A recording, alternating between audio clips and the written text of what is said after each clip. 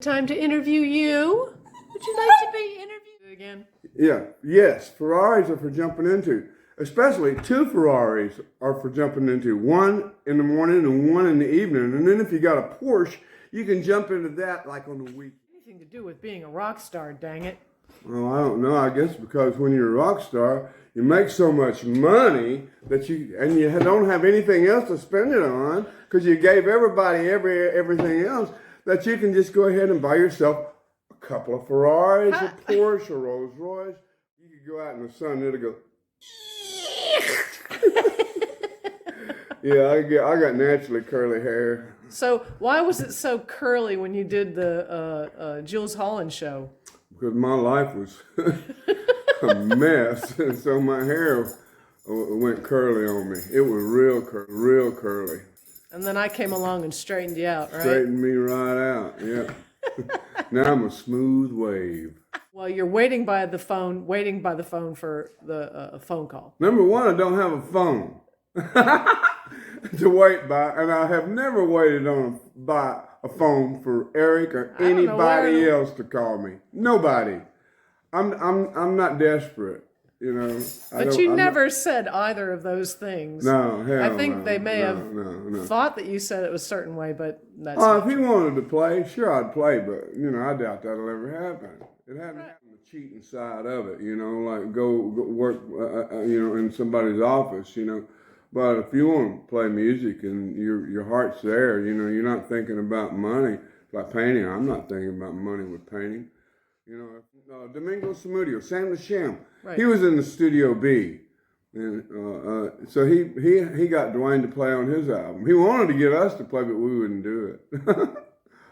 It wouldn't have been right to have, you know, Sam the Sham and the Dominoes. Nobody cared about your Ferrari, though, did No, they? I got a Daytona Ferrari. I got like the primo Ferrari, you know. It's had a blue Ferrari with blue and black interior. Oh, it's beautiful, beautiful, very fast automobile. And I thought, well, see, I could never pick up any girls. I tried and tried. I guess I just didn't have the right savoir, whatever that is. But I mean, you know, going to those clubs and stuff in London, and they're all so aloof and way over my little thing, you know. And I come in there with my Memphis accent.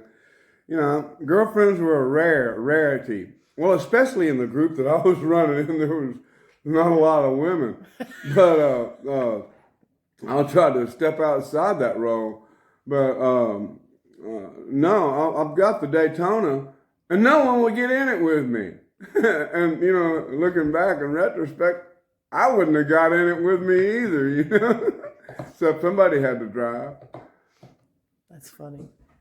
It's true, though. You know, I did. I got it. Thought I would. Well, I get this one. I can pick me up, girl. Well, you've always had a love for cars. You're a car guy. Yeah, I've always had.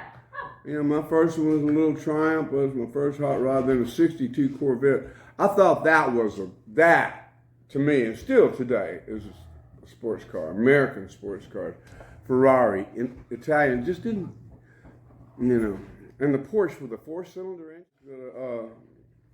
Eric bought me that the tangerine colored one, racing orange or something.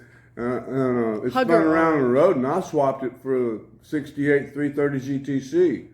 I traded it just like that. And you weren't car or anything like that because I paid for it. The first money I made, I paid my bills back. I paid any money I got or anything. I didn't want to be beholden to any pickup thing again.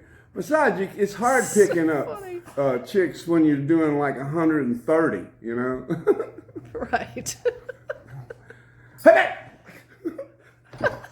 Go!